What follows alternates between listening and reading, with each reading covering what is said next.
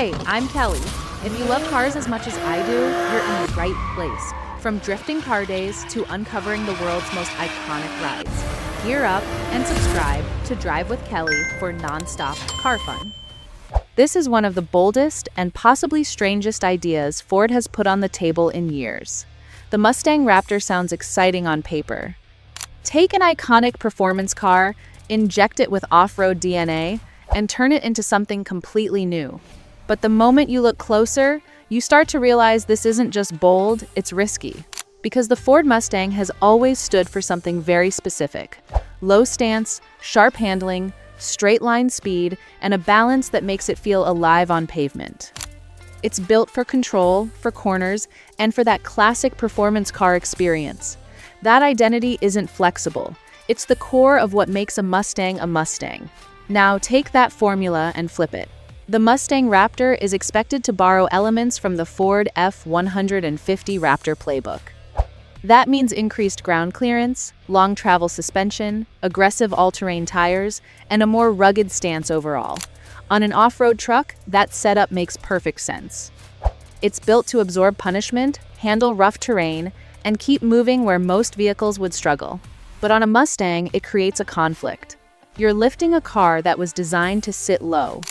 You're adding weight to something that thrives on agility. You're asking a platform built for the road to suddenly perform off it. And that middle ground is where things usually fall apart. Too compromised for serious track performance and not capable enough to compete with true off-road machines. Then there's the powertrain question. While nothing is officially confirmed, expectations point toward a turbocharged V6 or even a high-output EcoBoost setup rather than a traditional V8. That alone will divide buyers. Mustang fans love the sound and feel of a V8. It's part of the experience.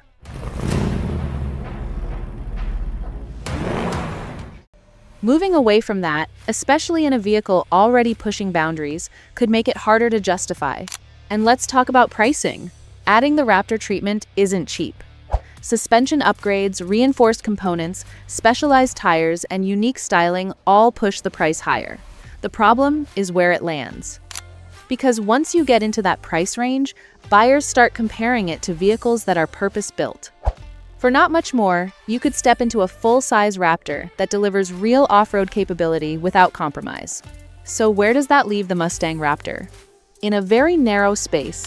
It's not going to satisfy hardcore Mustang purists who want precision and performance on the road. It's not going to replace a true off-road truck for buyers who actually need that level of capability. Instead, it targets a smaller group, people who want something different, something that stands out, something that mixes performance and rugged styling in a way that grabs attention. And to be fair, it will absolutely do that. Visually, this could be one of the most aggressive Mustangs ever built. Wider stance, lifted profile, chunkier tires, and a design that leans heavily into that Raptor identity. It's the kind of vehicle that turns heads instantly, whether people love it or question it. But looks only go so far.